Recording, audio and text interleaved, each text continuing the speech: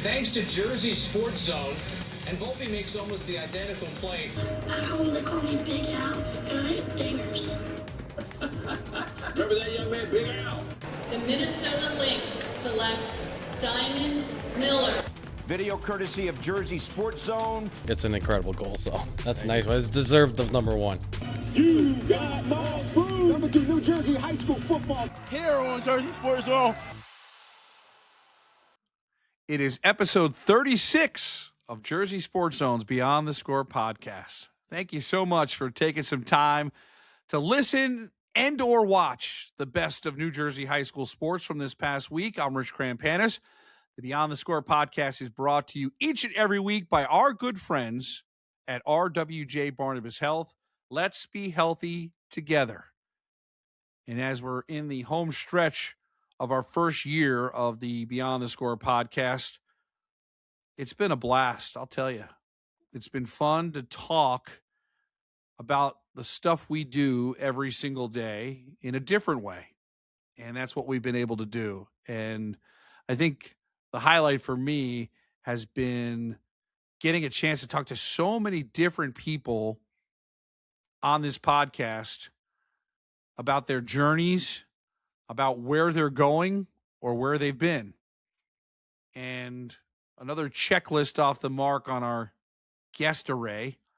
Our first Super Bowl champion joins the podcast. I had a chance to go down to Middletown South, where the town of Middletown named a street after Rick Lovato. If you're a diehard Philadelphia Eagles fan, you'll know that name. He was the long snapper for both of the Eagles' Super Bowl championship winning teams. If you're not a diehard Eagles fan, Rick Lovato's glad you don't know his name. Because in the world of long snapping, you just want to simply do your job. And boy, did Rick Lovato do that. 2019 Pro Bowler, made it to 3 Super Bowls in all, winning 2. We got to see those big Super Bowl rings. We got to see the Lombardi trophies in Middletown. And we got to talk with Rick Lovato about his story. And it is a fascinating one. We're going to take you to a sub shop. And as Rick Lovato said, from subs to snaps. Pretty wild. So I'm excited for you guys to listen to this conversation. Rick Lovato is going to talk Eagles. He's going to talk long snapping and just how you can dedicate yourself to something and what a payoff it will be.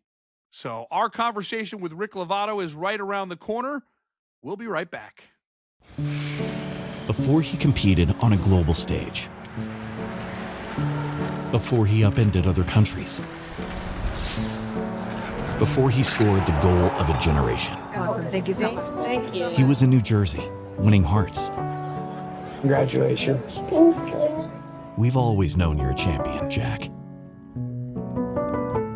Now the rest of the world knows too. Jag Physical Therapy is a trusted name in quality treatment. Get back the life you love. Thanks to Jag Physical Therapy for supporting New Jersey athletes and Jersey Sports Zone for the last 5 years. Why go through physical therapy? Seriously, why go through all of that pain and suffering? You can give it your all and still fall short, still feel less than whole. I guess the better question would be, what if you don't? Welcome back to the Beyond the Score podcast. Rick Lovato played for the legendary coach Steve Antonucci at Middletown South. From there, he went to Old Dominion University, where he was an FCS All-American long snapper. As we all know, there are only 32 long snapping jobs in the National Football League. It took a little time, a little dedication, but Rick Lovato found his way into the NFL. A 10-year career, most notably with the Philadelphia Eagles, where he won a pair of Super Bowl championships. We talked to Rick Lovato at his street naming ceremony in Middletown South, It's an awesome conversation. I'm glad he took some time with us. Let's check it out. Well, I want to start out. I don't know if there's a group chat in the world of NFL specialists, but I've got this sign over your shoulder. This is a big moment for specialists. I don't know how many long snappers have their own road in their hometown. You know, it's crazy. This honor is unbelievable. I never thought that this would even come up in conversation, but you're right. You know, specialists aren't the ones that are getting their street names after them, but this town is special, and this town made who I am. So it's really, really such an honor to be able to do that. Well, I want to start with your origin story because I am a Middletown guy, and to me it all starts at Joyce's Subs, which is your family's business, a staple in Middletown. I feel like every Eagles fan should know that if they're coming down this way, they need to stop by, and the least they could do for all you did for the Eagles is grab a sub. But tell us about that, and I know that's kind of where your long snapping thing started, right? You were in the sub shop and waiting for an opportunity. Is that right? Yeah, so we owned Joyce's since I was around 13, 14 years old, and gosh, it was my second home. I was living there, eating as much food as possible to become as big as I was as a football player. But yeah, it was that time where I knew how special this town was. You know, I'd have people coming in, asking me how I was doing. When I was graduated college, I had ended up with the Bears, got cut, then started working at Joyce's again. And, you know, everyone would always be like, hey, how you doing? When's the next time you're going to get a call? And I just say, I'm just waiting. And then all of a sudden, a few of those calls came in Joyce's. You know, one of the calls that came was from the now Washington Commanders. I had gotten a call from my agent asking me to come in for a workout in the middle of the season. And that was in 2016. And ever since then, you know, it was crazy. I was the guy who went from subs to snaps. That was the big headline for me because I was just working in a sub shop, training and trying to get in the NFL. And you know, Joyce has shaped me into who I am. The amount of people who work there from the school, from this town, all still keep in touch with. You know, it's such a cool thing to be able to be a part of Joyce's and have that staple in New Jersey, in my hometown. The other thing that shaped you, obviously, was playing here at the Swamp for one of the all-time great coaches, Steve Antonucci. How did he shape you to be where you are today? He provided that hard work, that ethic that, you know, not a lot of coaches I've came across before then were able to commit to kids this young. You know, I was 15, 16 years old, putting on football pads here for the first time as a high school player. And there was an expectation for this town, this school, to be able to play at a high level. And Coach Nooch, you know, he amplified everything you could imagine when it comes to hard work and just being a winner. And he helped me so much along the way from the time I was a freshman in high school to the time I was a senior. Yes, we lost 3 state championships in a row.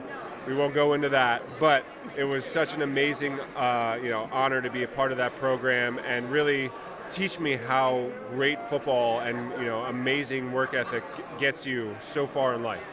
I think you kind of hit the lottery in the culture department because you play at Middletown South and then you're always going to be known as a Philadelphia Eagle. It seems like there seems to be some kind of parallel there because it has that same kind of passion, that same kind of grit. I mean, do you kind of see that between Middletown South and the Eagles? Oh, absolutely. And the saying goes here, once an Eagle, always an Eagle. And to be able to go from being an Eagle here to being an Eagle in the NFL, it was just such an incredible honor to have that. No, not everyone's an Eagles fan that goes to this school, but there was quite a few, and it's just so cool to be able to represent them because I know even if not everyone was an Eagles fan, they were always cheering me on. And you referenced it in your speech, and it really resonates that not many people know about Rick Lovato, the football player, and that's a good thing because you simply did your job, and what a critical job it was. How were you able to sustain that for so long and have the career that you had? Yeah, it was such a thing that you had to stay dialed in on each and every day of my career was just being the guy who flies under the radar, goes out, works hard, does his job, doesn't get the notoriety like other football players do in the NFL. I was just the guy who had to go and do his job perfectly. And, the only time that people notice me is if things goes wrong. So I had to do my very best each and every day to make sure those things didn't go wrong. And flying under the radar was perfect for me. I love to be a part of those amazing teams and to be able to provide what I provided to the team and just, coast under the radar and be that guy who, gets to tag along for a couple Super Bowl wins. You had 3 Super Bowls, 2 wins. Give us your best Super Bowl story. I kind of feel like everybody in Middletown was probably trying to blow you up in some way, shape, or form, but it had to be the most amazing experience. And the fact that you experienced it 3 times, again, just unbelievable. Yeah.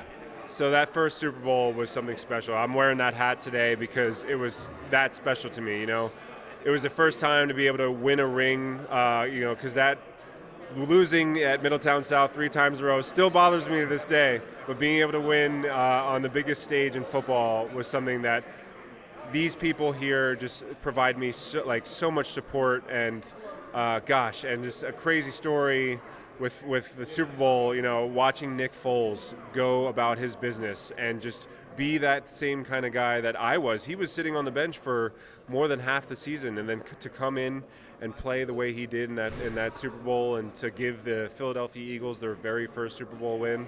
Gosh, there's no other feeling that I've felt in my life than celebrating on that field with my teammates.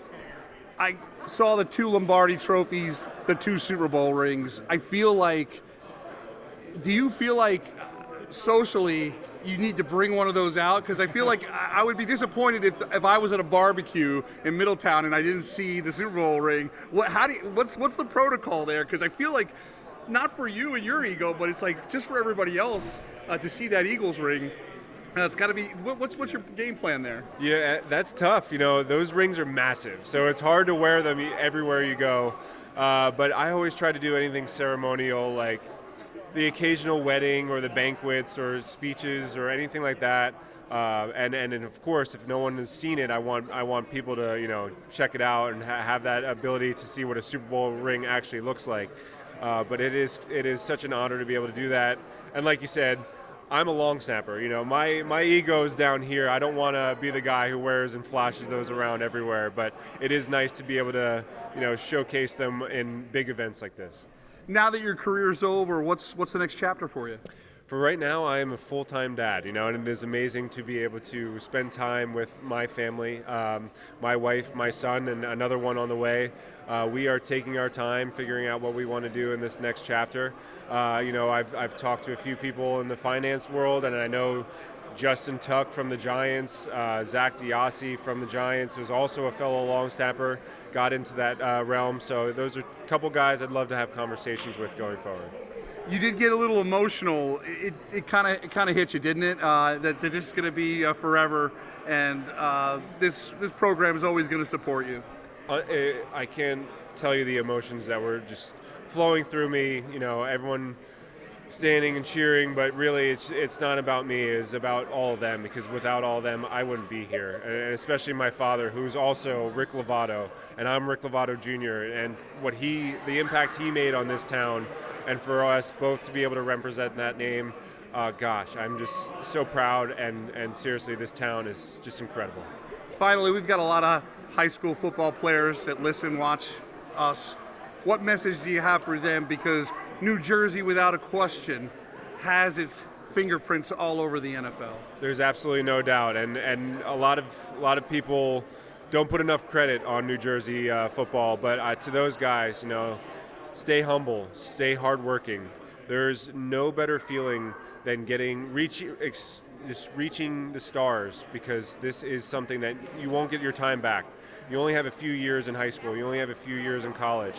What can you do in that matter of time to make an impact and just achieve everything you possibly can?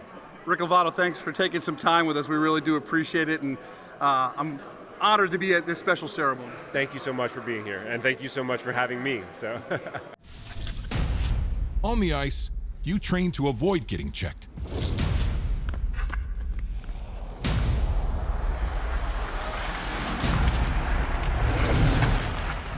But in life, getting checked is the smart thing to do. By scheduling regular doctor visits and screenings, don't let joint pain, heart disease, or cancer go unchecked. Get checked. Princeton Orthopedic Associates serves Central Jersey with world-class, world-recognized orthopedic care. A special thanks to Bill Heinsick and Princeton Orthopedic Associates for supporting New Jersey athletes and Jersey Sports Zone for the last 9 years. It's really nice to be in a situation, in a place where there are very good people who take good care of people. Orthopedics is it's not about saving lives, it's about saving quality of life. A lot of people, we live high stress lives, so if you tell someone they can't do something for whatever reason, that's pretty traumatic. I really take pride in trying to be empathetic and trying to put myself in every patient's shoes. I want to take care of people like I'd want to take care of my family, and I think that when you do that and give somebody that family feeling and give them your honest opinion for what you would do, they value that. Welcome back to the Beyond the Score podcast, coming off Memorial Day weekend, bringing in James Mooney, where a diehard Eagles fan, James Mooney, it just happens to be that we're Eagles heavy on this week's show. I can't tell you how much I enjoyed talking to Rick Lovato, who I'm sure as an Eagles fan, you appreciated that he did his job in those 2 Super Bowl wins. And it happens to be now that you had a chance to spend some time with the Eagles thanks to the WJFL championship. Yeah.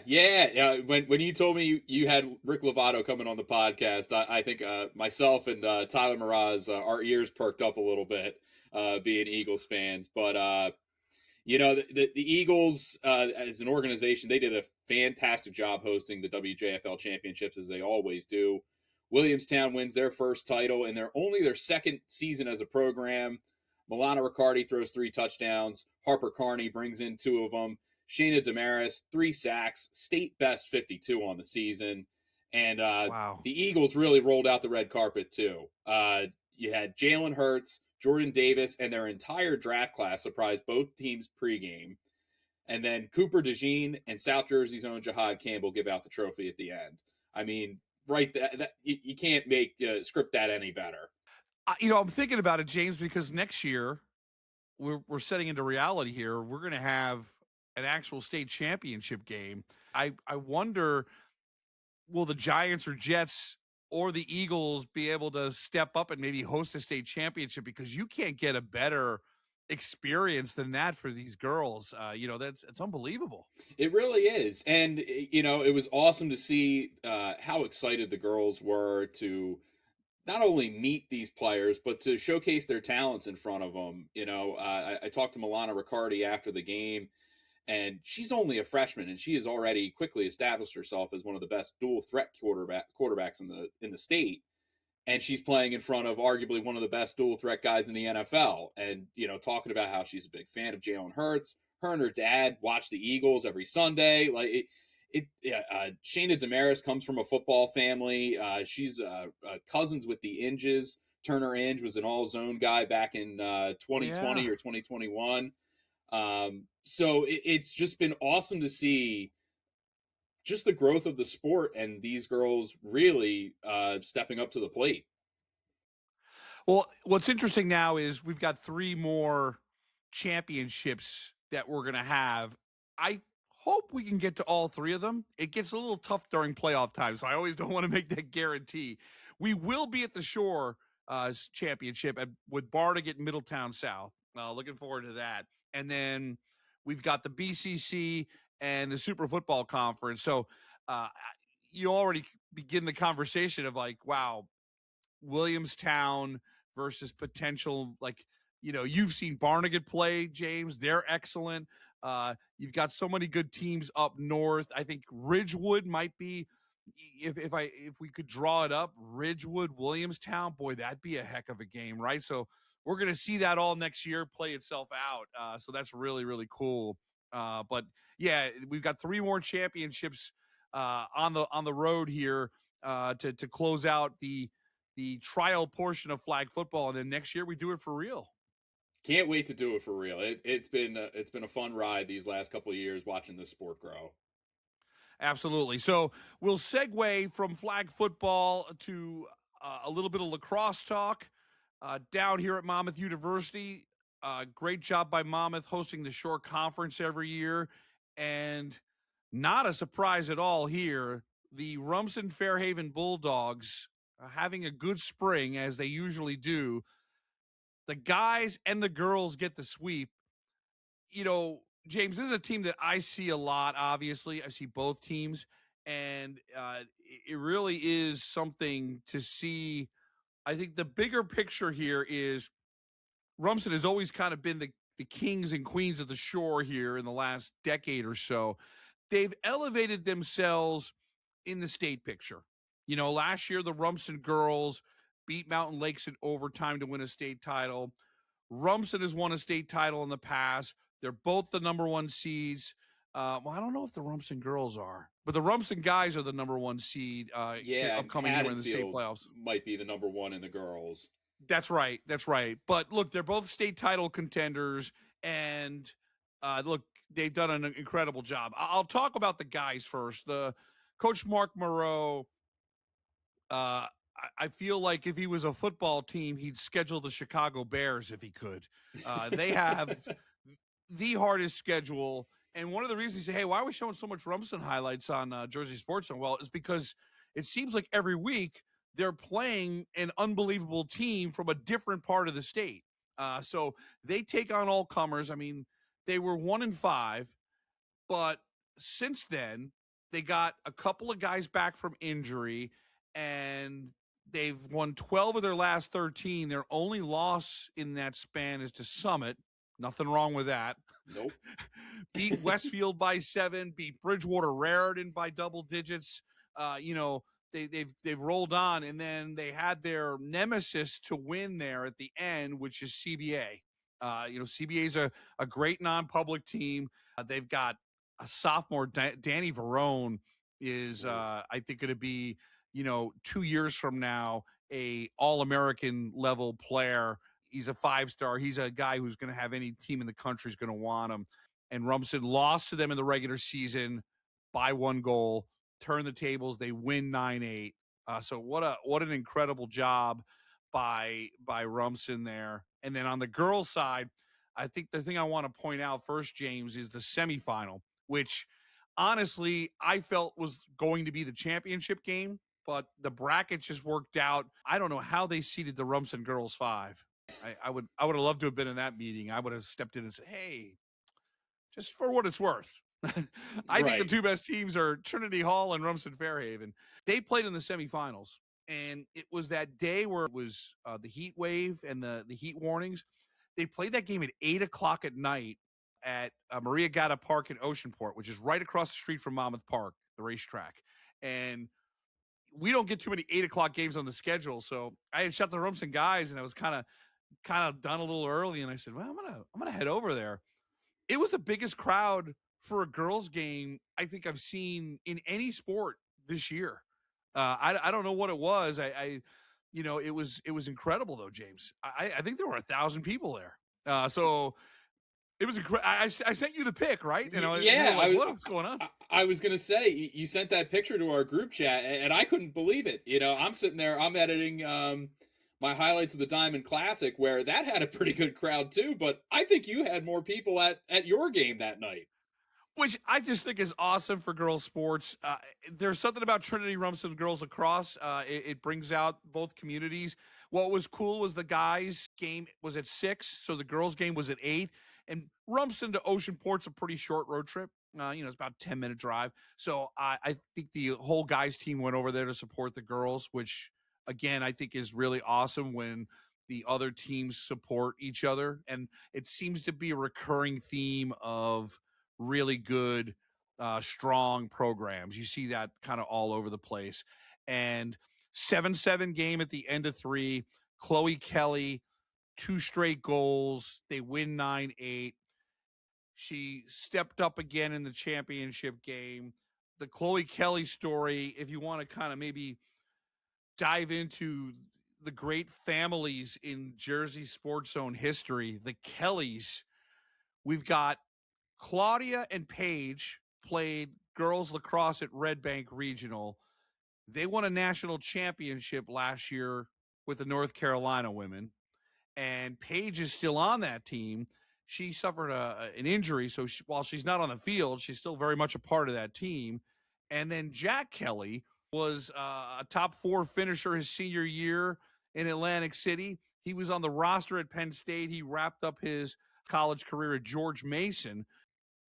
I saw Jack at the Trinity game, and we were joking about which Kelly now has the most highlights on Jersey Sports Zone. It very well could be Chloe. Chloe won the state championship in overtime last year against Mountain Lakes. She scores these 2 goals to beat Trinity, and then she steps up. She had 5 or 6 goals in the win against Red Bank Regional. Great job by Red Bank Regional to reach the finals for the second time in the last 3 or 4 years.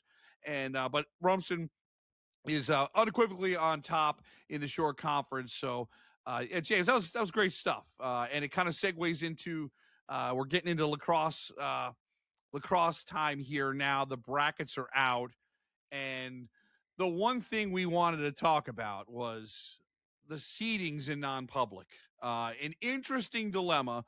So the first thing I think we need to put out there, James, is when it comes to the public schools, you have a north bracket and a south bracket.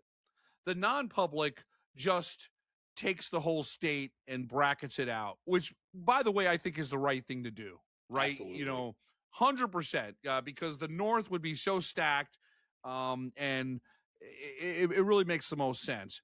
But with that, the seedings came out, and why don't you kind of walk through that, and we can, you're a South Jersey guy, and there's a little bit of South Jersey outrage. As a guy in the middle of the state, I will agree with the outrage in South Jersey about the seedings here. Yeah, so the seedings come out, and the number 1 team in the state got the 4 seed. St. Augustine is the 4 seed. Seton Hall Prep got the number 1 seed. Del Barton, number 2. Don Bosco Prep, number 3. Now, obviously, it is a near impossible challenge to get it right among those 4 teams. I mean, you almost can't go wrong, but and this is no disrespect to any of those North Jersey teams. I haven't seen Bosco, but I saw Seton Hall Prep and Delby. Excellent lacrosse teams. But I don't know how the committee puts St. Augustine number 4 and makes them go on the road for a state semifinal.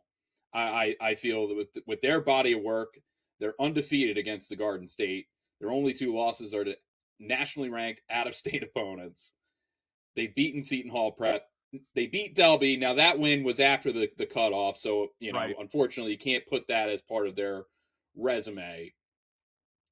But they earned the right to at least host a state semifinal. 1 versus 2, 1 and 2, when you get, that all that means is, what color jersey are you wearing in the state final? So, I'm not sure what, criteria they were using, but I think the committee did a pretty good disservice to the St. Augustine Hermits there. Well, James, I can't agree with you more. St. Augustine should be the 1 seed. They've proven themselves, but I guess the fun thing we can do here, and when you talk about these 4 teams, they're all you can talk yourself very quickly into one of these teams winning it all, which makes it fun. So you're looking at a potential, if there are no upsets, that's a huge if too, right? St. Augustine, Seton Hall Prep in a semi, Del Barton, Don Bosco in a semi. That is fantastic stuff. This is where you and I get stressed out, because we'll have that plus all these insane baseball matchups, like everything. Like there's like it seems to be like a 5-day window. Where it's like, boy, I wish we had 20 people working for us. It's like, I feel like, how are we going to choose? Because those are 2 off the charts semis if everything goes to chalk. Right. And I mean, the first matchup between Seton Hall and St. Augustine was unbelievable. And so I can only hope that things play out the way we hope, and we get those and let this debate play itself out on the field. I think that's the biggest thing we want to see.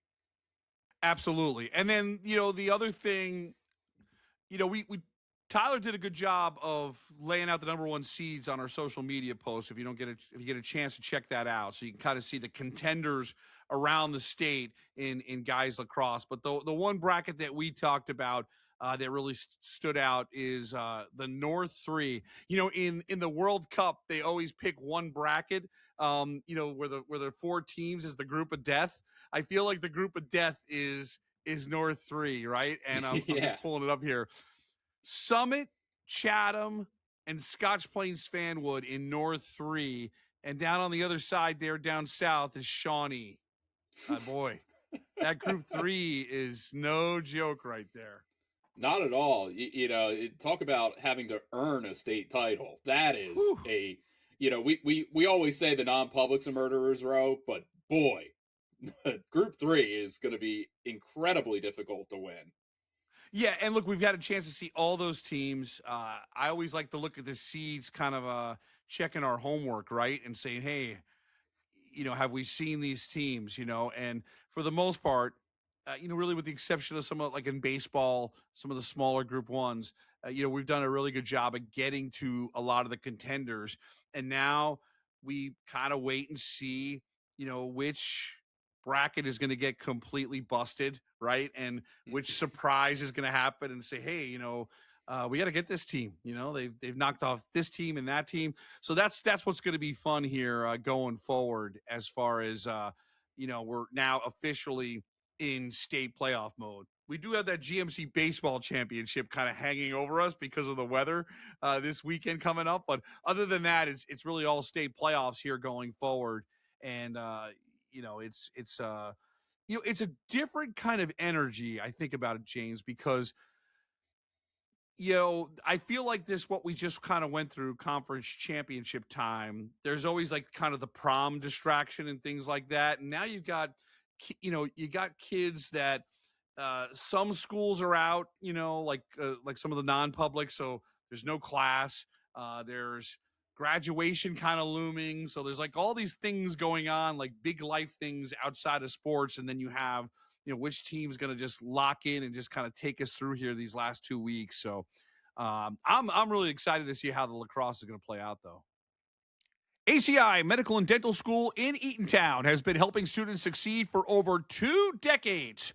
Their short-term programs can jumpstart a long-term career in just 5 months with an 89% employment rate. Their medical assistant program helps you learn phlebotomy, EKG, and patient care technician skills. The dental assistant program includes dental radiology licensing.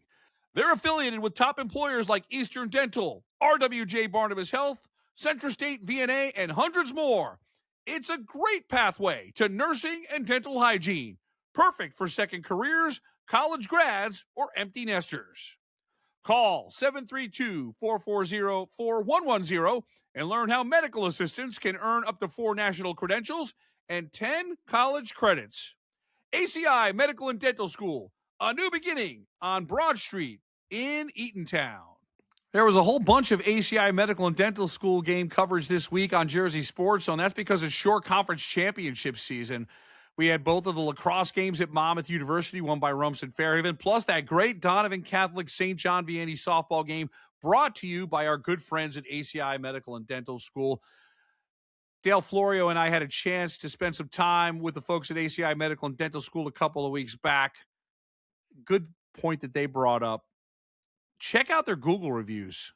If you head out there and you're trying to learn more about maybe getting into the medical and dental field, great testimonials there. So many 5-star reviews. You can just kind of pour through them and see the impact and how quickly you can get acclimated into that world, whether it be medical or dental. And ACI Medical and Dental School can get you up and running in less than 5 months. Check them out, ACI Medical and Dental School.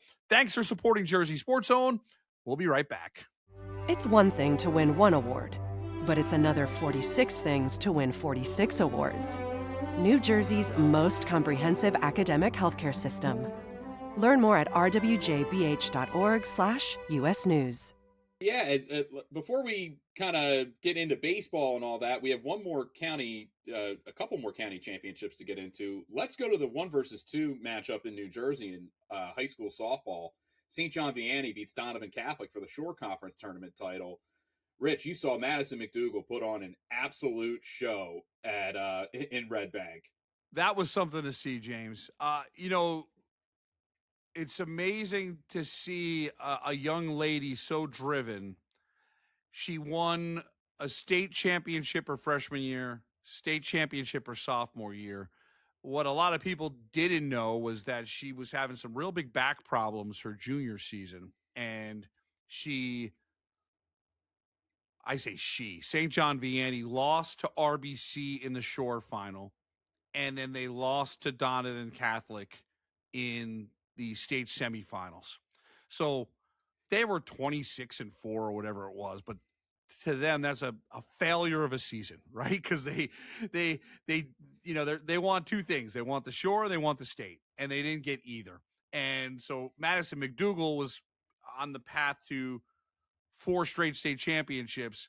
That's gone. She gets some back surgery, comes back, and I saw her on opening day, and she had a look in her eye, and I said to her, "You're pretty fired up." She's like, "I'm fired up." She's like, she was like, it's time to get back on the train and get going. Her pitching, I think, is, well renowned across the state. Everybody knows, she's a 1,000 strikeout pitcher, all these things. Her ERA is, 0.2. Donovan scored in the third to go up 1-0. And I went back and looked, and I said, well, when was the last time she gave up a run? And it was 42 innings prior. So she had 42 straight shutout innings. So, her ERA is like 0.26 or something. It's insane. And once she kind of gave up that run, it was like, okay, that's it. That's the end of the, she kind of found that extra gear and really shut them down. So we carry on and on about her pitching as we should. And then she hits an RBI single, and then she hits a screaming liner, one of those liners that, like I said to her, it pretty much almost went to the Red Bank train station. It just kept going and going and going. And you just you're so used to looking up her pitching stats. I'm like, she's hitting .632 with 12 homers, James. Is that good? I mean, I was just like, if she wasn't one of the greatest pitchers in New Jersey softball history, I think we'd be talking about that a little bit more. So, look, 3 RBIs, 11 strikeouts. She gives up the 1 run. They've won the Shore. And, James, you've seen Donovan a lot. They are a great team. Yes. And they are more than capable of pulling off a win against St. John Vianney. And St. John Vianney is aware of that more than anyone. And so for Madison McDougal to finish this storybook ending, she's going to have to likely get by Donovan Catholic again. And then I think maybe a Mount St. Dominic's waiting in the state championship, another outstanding softball team. So it's not going to be easy. Plus, they haven't lost this year. So they've got a perfect season going. There's a lot on the line here for St. John Vianney. But, once again, a great crowd at that game in Red Bank. It's so good when the girls get that they don't get that for the regular season games. And these girls deserve to play on that kind of stage, which is why these games are so special. And to see a high level of play by both teams was really a treat for me to watch. It's going to be very interesting to see if Madison McDougal can write the story that she wants to write. But regardless if she does or not, we're seeing a really special player that's going to stay in state and play at Monmouth. Did Monmouth get a steal with her? Goodness gracious. I feel like Madison McDougal could play, any one of those superpowers. She's that good. So good on Monmouth to get her. I'm sure they don't want us shooting highlights because somebody might see some of our highlights and start recruiting her, one of these Oklahomas or Oklahoma State or something. So, boy, it's great stuff though. Really cool to see. Yeah, for Mama's sake, we might have to take down that home run off our social media page. That thing looked like it had a magnet on it leaving the park. But I wanted to point out, for SJV, they're going to have to go on the road to beat Donovan. Donovan, the number 1 seed in non-public A South. Another wacky kind of seeding situation there. Yeah, PowerPoints are a fickle thing. We've learned that it doesn't matter what time of year. fall, spring, or winter. The PowerPoints are fickle. I still go back to the non-public football does it best. And, perfect example was the short conference baseball. Short conference baseball had top 24 teams based on PowerPoints. Then they got together and seeded because I feel like there were some teams that were, they got it right. In other words, they all got together and got it right. I feel like in some cases, we've seen it with the lacrosse. I feel like if we were in the room, kind of unbiased parties, we would have said, let's make St. Augustine the number one. And we'd say, no. Vianney's the one, Donovan's the two. That's what we would say, right? And maybe we're just one of a few voices. I think, look, Vianney will have to go down to Tom's River. That's gonna be a heck of a game. That's another one, James. Boy, sometimes you get these semifinals that are state championship quality level. That's where we're gonna have to. I'm already thinking because I have a feeling like you're gonna have to you'll be figuring out your way to get to that game, right? Like that's that's usually the offense, right? Because I'll have something up here that I got to get, and it's gonna be interesting. So, but look, Vianney Donovan has been a great rivalry in this state, and I think it's a perfect segue to our Blast from the Past segment brought to you by the Heldrich. Tyler Mraz is going to take us back to a couple of years ago, one of the best high school softball games I ever saw, and it was Vianney and Donovan deep into the night on a midweek night in late May in Red Bank, New Jersey. Let's have Tyler take us back in time for an instant classic from the New Jersey softball archives. It's time for another Blast from the Past, brought to you by the Heldrich, New Brunswick's only 4-star hotel. It's always a showdown when St. John Vianney and Donovan Catholic meet on the softball diamond, but this one may have topped them all. Back in 2024, JSC's Rich Krampanis was there for one of the most memorable softball games in recent memory. Bottom 9, Cardin leads off with a single, goes to second on a walk, setting the stage for Isabel Catalona. This ball is hit hard. It's off the glove and into right field. Cardin is coming home, and Catalona walks it off to give St. John Vianney the Short Conference Softball Championship. What a scene for the comeback Lancers, who end Donovan Catholic's 3-year reign as Short Conference champs. Blast from the Past is brought to you by the Heldrich, New Brunswick's only 4-star hotel and a preferred hotel of Rutgers football fans since 2005. The Heldrich helps you make the most of your game day weekend, providing premium accommodations in the cultural heart of downtown New Brunswick. Restaurants, bars, theaters, parks, museums, and more are only steps away. Whether you're traveling alone or with a large group, book your stay at the Heldrich and make the most of your game day weekend. Dream big, they say. We say dream bigger. Over 3 million square feet of bigger, so you can plunge deeper, play in the snow longer, wonder greater, pose with your friends sillier, shop with your family happier, make every meal tastier, and float higher than ever. Whatever your dream is, come live it big time at American Dream. Welcome back to episode 36 of the Beyond the Score podcast. We go from the softball diamond to the baseball diamond. Rich, you saw an absolute thriller between Watchung Hills and Immaculata for the Somerset County title. Watchung Hills gets the win, 1-0 in extra innings.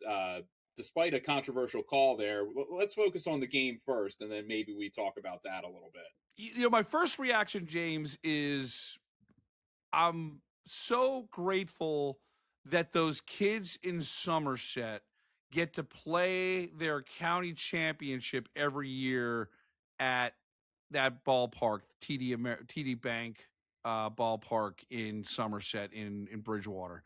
AA affiliate of the Yankees. Maybe it's the fact that, in the last 2 months, Garrett Cole, Carlos Rodon, and Anthony Volpe, we're spending significant time there. So it's just got kind of that feel of a big stage, and to see those two teams go back and forth, what a great storyline. You have Ryan Auten, who's going to Wake Forest, I think he's going to get drafted in a few years.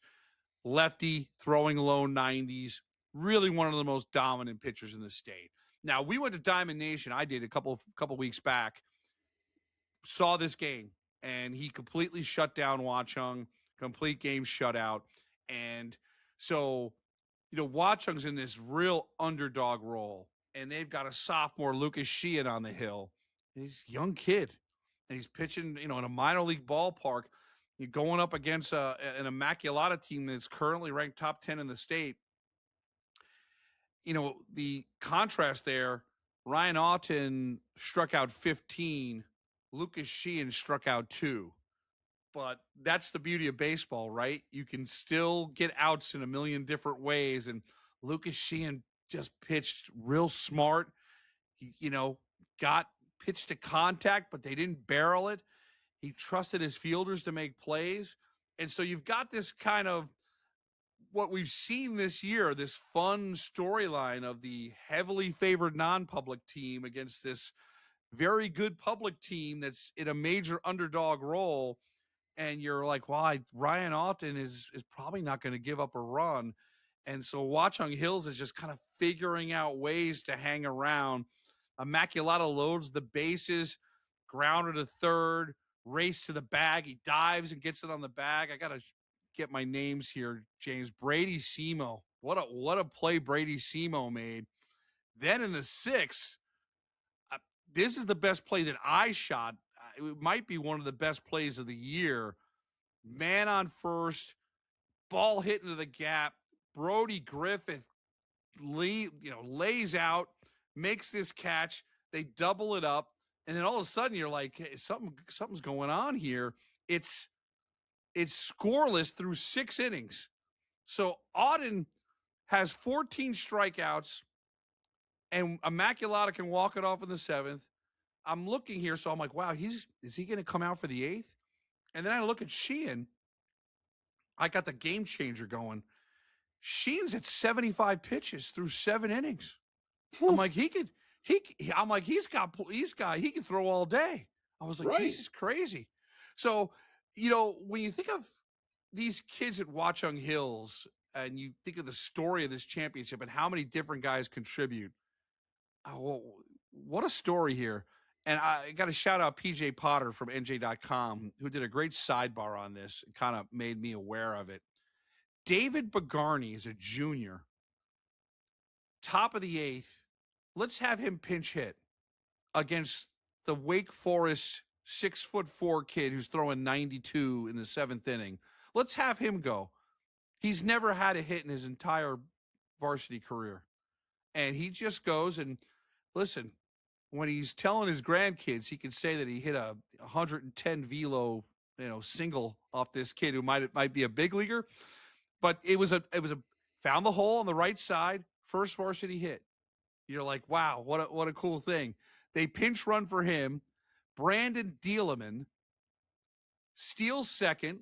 The ball kind of hits the shortstop's elbow and it kind of bounces around. He hustles to third, goes, takes essentially 2 bags. He's on third base. Steph DeGeronimo, base hit to right. It's 1-0. And now all they have to do is get 3 outs. And they're going to be the Cinderella story. And this is where the controversy comes in, James.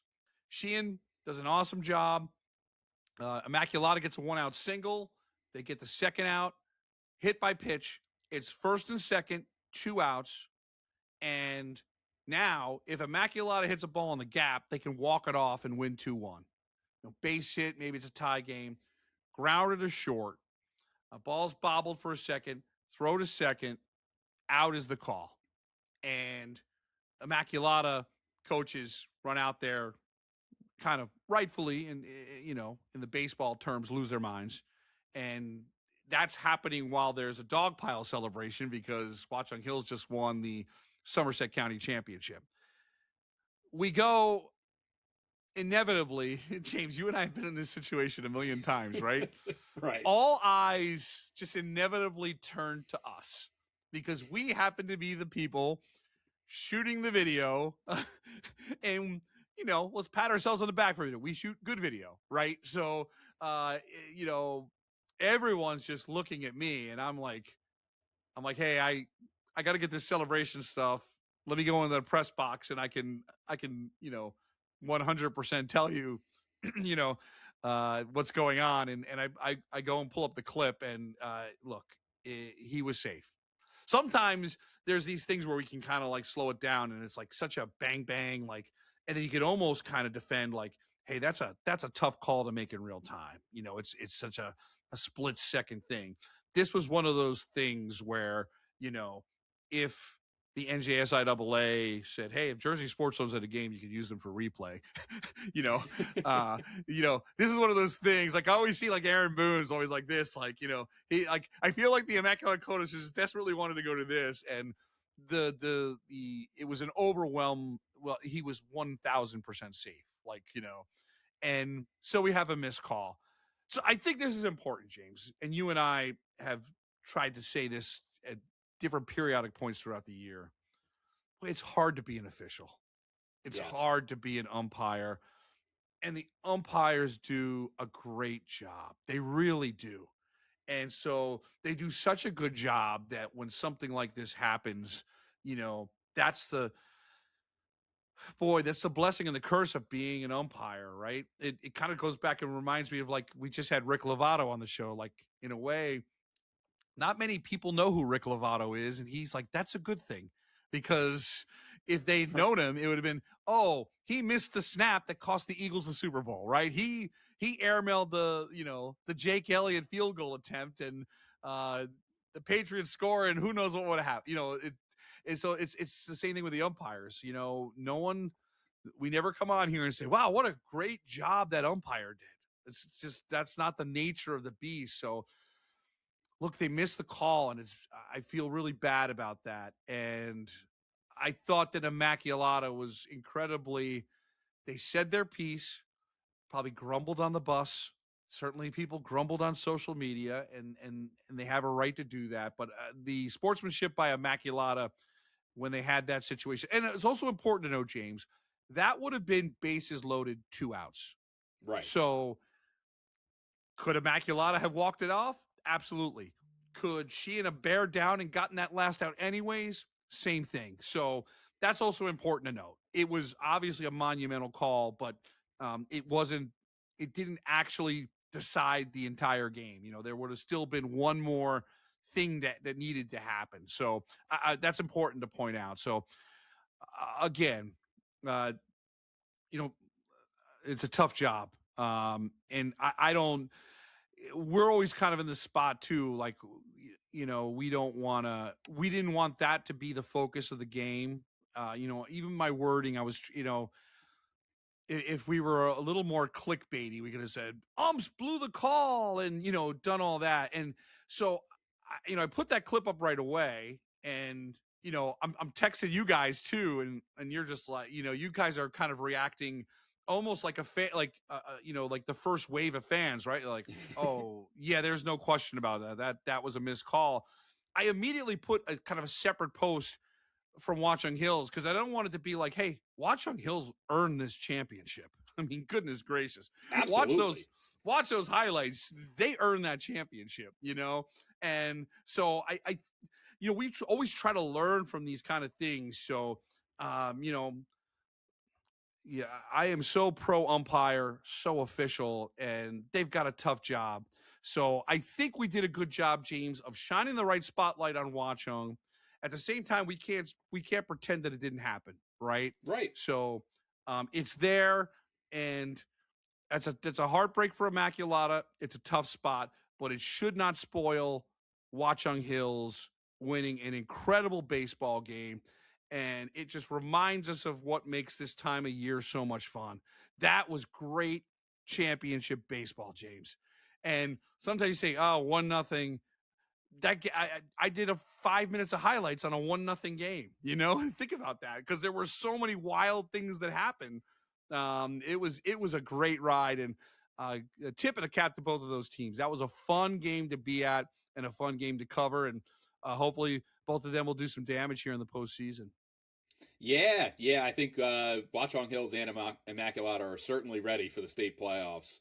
which kind of brings us to our kind of bracket talk for baseball. Brackets are out. By the time this podcast is out, the state playoffs will be getting underway. Rich, what bracket are you most looking forward to see play out? Well, for me, it's Central Jersey Group 2, Rumson-Fair, the 1 seed, Governor Livingston, the 2 seed. I know that whenever we kind of dream these matchups up, somebody will get upset along the way, but Governor Livingston is the 3-time defending state champion. Let's let that settle in for a second. That's an incredible run. They've got such a good team. They were upset by A.L. Johnson. 40-game win streak ended. They were upset by A.L. Johnson in the Union County semis. So this is a team that's got a winning pedigree and got their backs against the wall, so to speak. Now they need to go on the road to win a section championship, something they're not used to doing.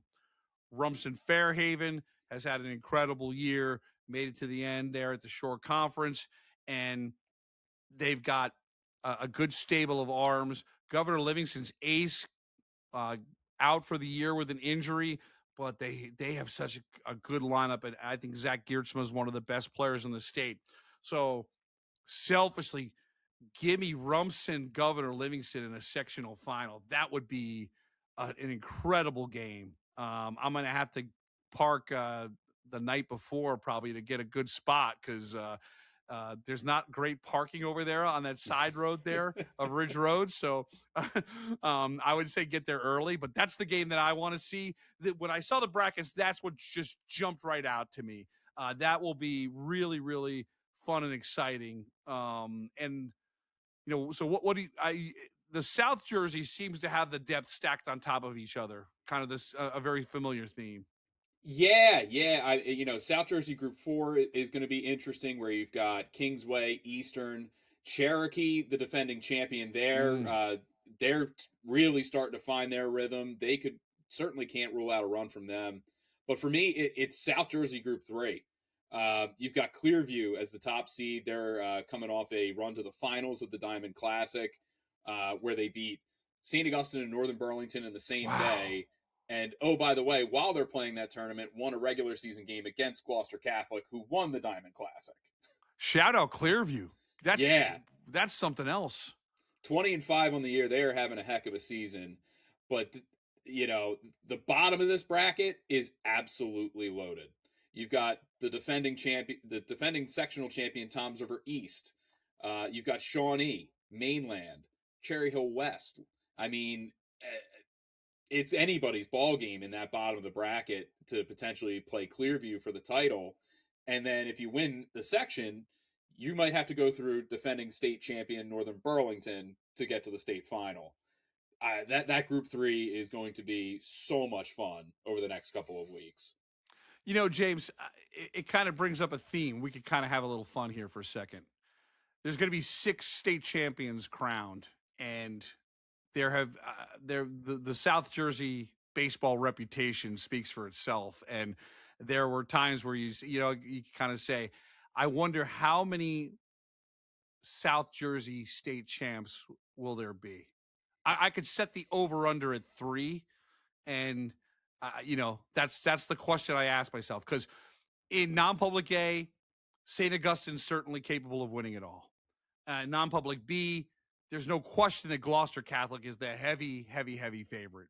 And then, you look at all those other groups. I think there's a great challenge for the north and central part of the state to get there at the end and try and knock off, one of these South Jersey powers in 1, 2, 3, and 4. Yeah, and even Group 2, like we were talking about before, Governor Livingston or Rumson or whoever comes out of Central 2 will likely have to play a Haddonfield or a Haddon Heights, 2 very, very solid programs. Group 1, Shalleck is the number 1 seed down here. They're having a heck of a season. I think 3 is that's some good handicapping from there you go, there, Rich. There is no JSE Sportsbook. No kid. I do laugh when kids say, money line. I'm like, oh, guys, We're not doing that. No.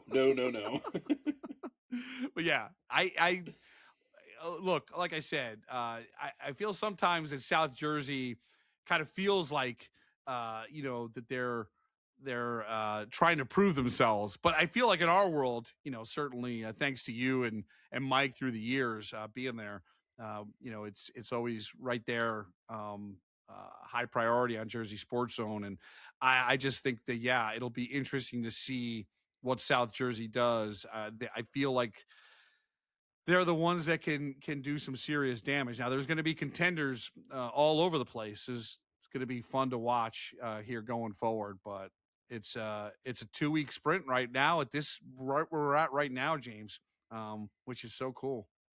Yeah. Summer will be here before we know it. That final Sunday at Rutgers for the state baseball finals is quickly approaching. Quickly approaching. Well, James, let's get ready for some playoff action. I'm pumped up. We know there's going to be some incredible storylines playing out, and looking forward, as always, to seeing your highlights from South Jersey. Thanks, Rich. Let's hope that the rain is done for the next 2 weeks. Seriously. Amen. For James Mooney, I'm Rich Krampanis. This has been Beyond the Score, episode 36. We'll be back next Wednesday to bring you the best of New Jersey high school sports. Thanks again for watching and listening, and we will see you next week with more from Beyond the Score. If you have chronic joint or back pain, this is probably where you spend your time. Might we suggest a better destination that's close to home? RWJ Barnabas Health, where orthopedic surgeons designed the surgical implants that are now used around the world, and where you'll be cared for by the same doctors that treat professional athletes and rising stars. Get back to what you've been missing. Orthopedic care. Do it right. Here. RWJ Barnabas Health.